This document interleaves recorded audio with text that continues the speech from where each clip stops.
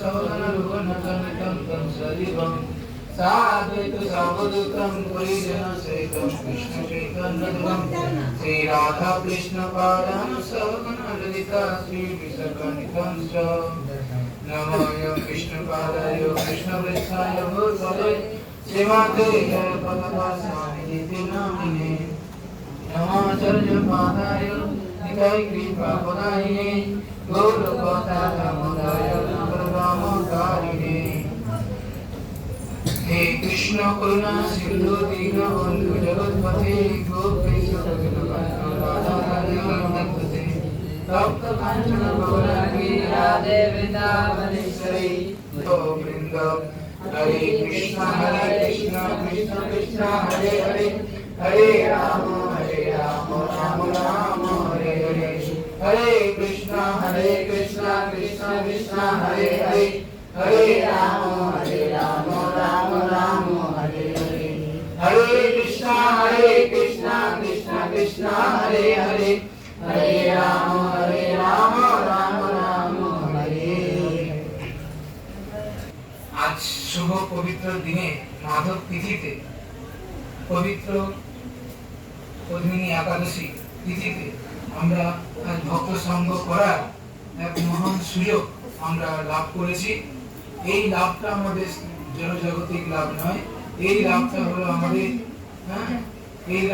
আমাদের দিব্য লাভ, পারমার্থিক লাভ, যে লাভের ফলে আমরা বৈকুণ্ঠ লোক প্রাপ্ত হতে পারবো। বৈকুণ্ঠ লোকে আমরা প্রাপ্ত হতে পারবো।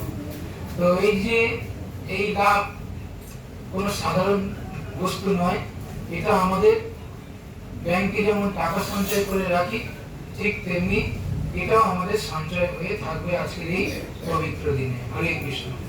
এটা আজকের হয়তো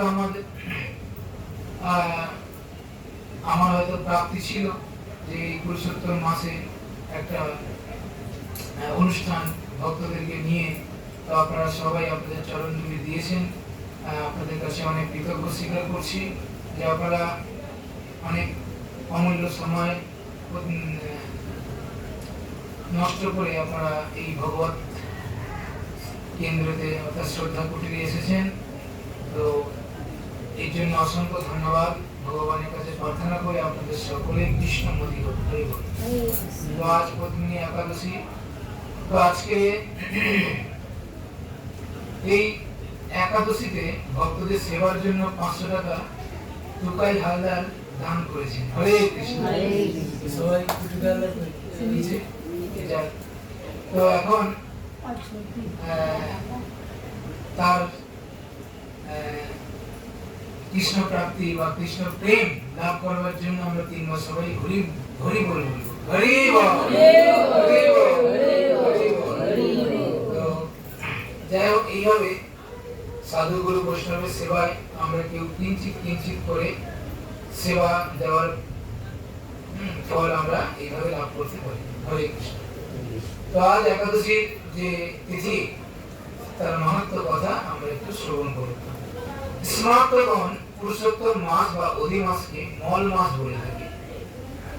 এই মাসে সমস্ত শুভ কার্য পরিত্যাগ করে থাকে, কিন্তু ভগবান শ্রীকৃষ্ণ এই মাসকে পারমার্থিক মঙ্গলের জন্য অন্য সকল মাস থেকে সর্বশ্রেষ্ঠ বলে তিনি নির্ণয় করেছেন। আর কি বলেছেন? যুধিষ্ঠির বললেন, হে জনার্দন, আমি বহু ধর্ম ও ব্রতের কথা শুনেছি। এখন পুরুষোত্তম মাসের সর্বপাপ বিনাশিনী ও পুণ্যদায়িনী শুক্লপক্ষিয়া পদ্মিনী একাদশীর কথা আমার কাছে বর্ণনা করুন, যা শ্রবণ করলে পরম পদ প্রাপ্ত হয়ে যায়। ভগবান শ্রীকৃষ্ণ বললেন, দশমীর দিন থেকেই এই ব্রতের শুরু হয়। কাঁসার পাত্রে ভোজন, মুসুরির ডাল, ছোলা, শাক এবং অপরের অন্ন ও আমিষ দশমীর দিন বর্জন করতে হয়। পরের দিন প্রাতঃ কৃত্যের পর সুগন্ধি পুষ্প, দীপ, চন্দন আদি দিয়ে ভগবান শ্রী জনার্দনের পূজা করতে হয়। রাত্রিতে জাগ্রত থেকে ভগবানের নাম গুণকীর্তন করতে হয়। রাত্রিতে জাগরণ থাকার কথা বলা সারাদিন গরম, রাতে একটু বৃষ্টি পড়ছে, ঘুমাবো না কেন? তো এখন এই ব্রতের একটি ইতিহাস আপনার মনোরঞ্জনের জন্য বলছি, আপনি শ্রবণ করুন। পূর্বে পুরস্ত মুনি দেবর্ষি নারদকে এই ইতিহাস বর্ণনা করেছেন।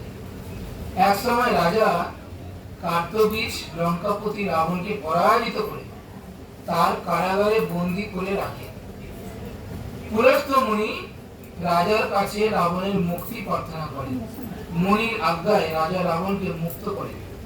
এই আশ্চর্যজনক কথা শুনে নারদ পুরস্ত মুনিকে জিজ্ঞাসা করেন, হে মুনিবর, ইন্দ্র সহ সকল দেবতা যখন রাবণের কাছে পরাজিত হলো, রাজা কার্তবীজ কিভাবে রাবণকে পরাজিত করলেন?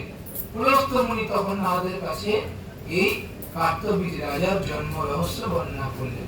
বলে ত্রেতা যুগে হৈহয় বংশে কৃতবীর্য নামে এক রাজা ছিলেন।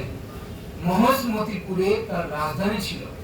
রাজার 1000 পত্নী ছিল, কিন্তু রাজ্যভার গ্রহণ করার মতো কোন পুত্র তার লাভ তার ভাগ্যে হয়নি। দেবতাদের আরাধনাতেও সুফল মেলেনি তার। অবশেষে সাধুদের আজ্ঞা অনুসারে বিভিন্ন প্রকার ব্রত তিনি পালন করলেন। তথাপি রাজা ছিলেন অপুত্র।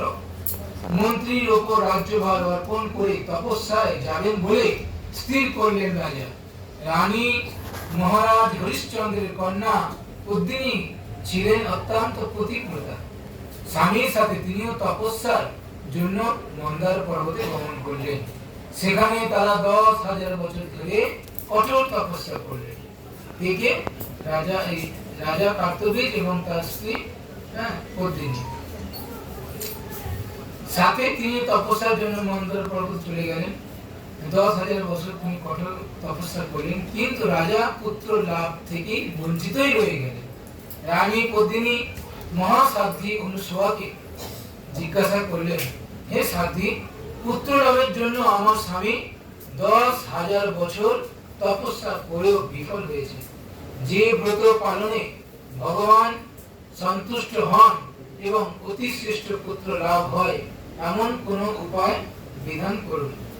পদ্মিনীর প্রার্থনায় অনুসূয়া প্রসন্ন হয়ে বললেন, 32 মাস অন্তর এক অধিবাস বা পুরুষোত্তম মাস আসে। এই মাসে পদ্মিনী বা পরমা 2 একাদশী। এই ব্রত পালন করলে পুত্রদাতা ভগবান শীঘ্রই প্রসন্ন হবে। অনুসূয়ার নির্দেশে পদ্মিনী পরম শ্রদ্ধার সহিত এই একাদশী পালন করলেন। সেই ব্রতে সন্তুষ্ট হয়ে স্বয়ং ভগবান গুরুর বাহনে আরোহণ করে পদ্মিনীর সম্মুখে উপস্থিত হলেন। ভগবান বললেন, হে ভদ্রে, আমি তোমার এই তপস্যায় প্রসন্ন হয়েছি। পুরুষোত্তম মাসের একাদশী আমার পরম প্রিয়। তুমি সেই ব্রত যথাযথভাবে পালন করেছো, তাই আমি তোমার ইচ্ছা অনুরূপ বর প্রদান করব। ভগবানের স্তব করে রানী বললেন, হে ভগবান, আমার স্বামীকে আপনি বর দান করুন। ভগবান তখন রাজার কাছে এসে বললেন, হে রাজেন্দ্র, আমার অভিলষিত বর প্রার্থনা করুন। আপনার অভিলষিত ফল এই বর প্রার্থনা করুন আমার কাছ থেকে। মহা আনন্দে তখন রাজা বললেন, হে জগৎপতি, হে মধুসূদন, দেবতা, মানুষ, নাগ, দৈত্য, রাক্ষস আদি কেউ তাকে পরাজিত করতে পারবে না, এমন পুত্র আমি আপনার কাছে প্রার্থনা করছি। রাজার প্রার্থনা অনুসারে বরদান করে ভগবান সেখান থেকে চলে গেলেন। রাজা পত্নী সহ রাজ্যে ফিরে এলেন। যথাসময় রানী পদ্মিনীর গর্ভে মহাবলশালী এক পুত্রের জন্ম হয়। মহারাজ কৃতবীর্য পুত্রের নাম রাখেন কার্তবীর্য। ত্রিলোকে তার সমান কোন বীর ছিল না, তাই দশানন রাবণ যুদ্ধে তার কাছে পরাজিত হয়। শ্রীকৃষ্ণ বললেন, হে মহারাজ, এই ব্রত যিনি পালন করবেন তিনি ভগবান শ্রীহরি শ্রী পাদপদ্মে অহেতুক ভক্তি লাভ করবেন। ভগবান শ্রীকৃষ্ণের উপদেশে ধর্মরাজ সপরিবারে এই একাদশী ব্রত পালন করেছিলেন।